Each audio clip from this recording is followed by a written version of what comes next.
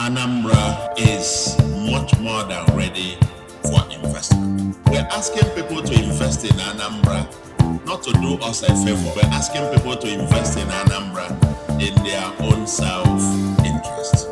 Money will go to where it is safe and it is profitable. It can make money. Good day, everyone. Welcome back to Ebonyi People TV, your go-to channel for all the latest updates and stories impacting our great region and beyond.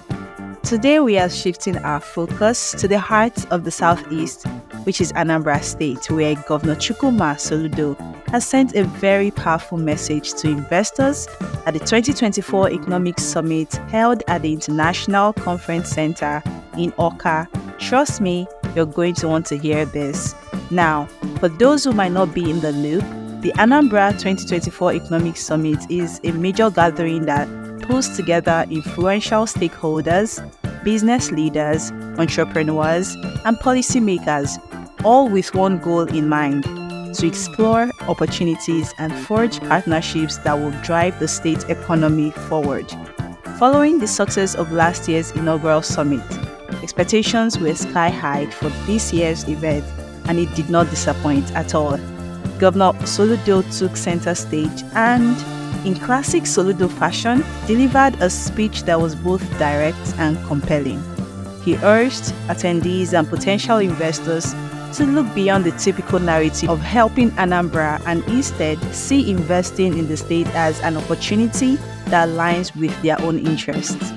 Invest in Anambra for your own self-interest, Soludo stated firmly.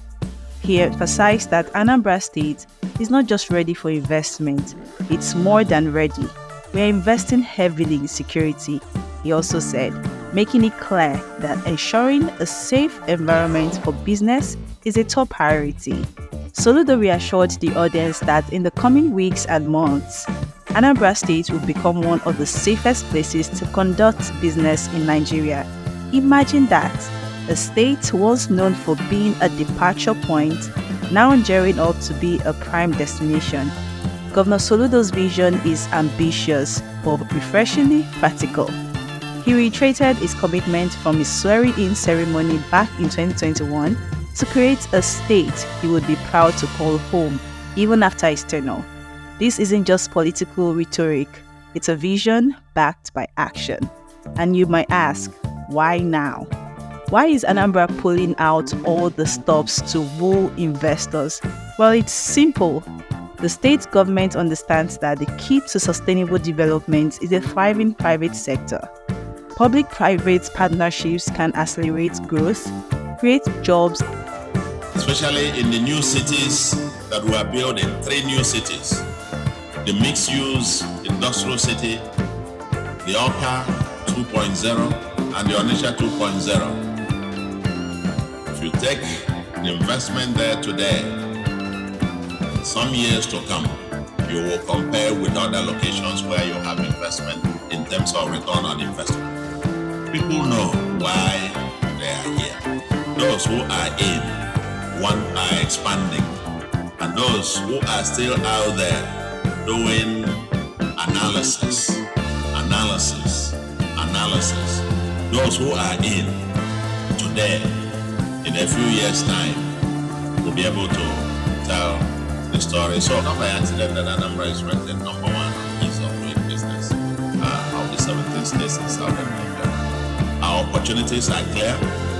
Here we're presenting you with bankable projects. The industrial city, very bankable. Is that the 10-story Marriott Hotel? That's part of the thing we'll probably be signing here. The piling is already ongoing. Our fun city is ongoing, nearly about 90% completed. And we have a new city as well that will be developing, Agro Lake area that will be developing. Another city about 200 hectares that will be the future entertainment, leisure city of not only Nigeria but of West Africa. So we're not just saying come and this. Those who start will have quite stories to tell. We did the kaolin plant, the proof of concept. But then we have several other which will be commissioned in the next few months. Then other solid minerals, come and partner with us. Soludo's message was crystal clear. Anambra is ready to work with serious investors. We are asking people to invest in Anambra State, not to do us a favor. We are asking people to invest in Anambra in their self-interest, Soludo said, underscoring that the benefits of investing would flow both ways. It's a win-win scenario. Investors get substantial returns, and the state sees accelerated growth. One key takeaway from the summit was how Soludo highlighted ongoing investment already making their mark in the state. While he didn't drop names, it was evident that these investments are setting the stage for more substantial economic activities. From modern infrastructure projects to innovative tech hubs, Anambra is on the move. What makes this even more exciting is the governor's plan to shift the perception of Anambra State from a place people live in search of greener pastures to a land of opportunities that attracts both natives and non-natives. He promised to turn the state into what he termed a destination, a place where people don't just come to do business, but also to live and thrive. The summit wasn't just about speeches, though. It was a showcase of projects that have progressed from mere ideas to actual bankable ventures. This is crucial because it shows potential investors that Anambra isn't just talking, it's acting.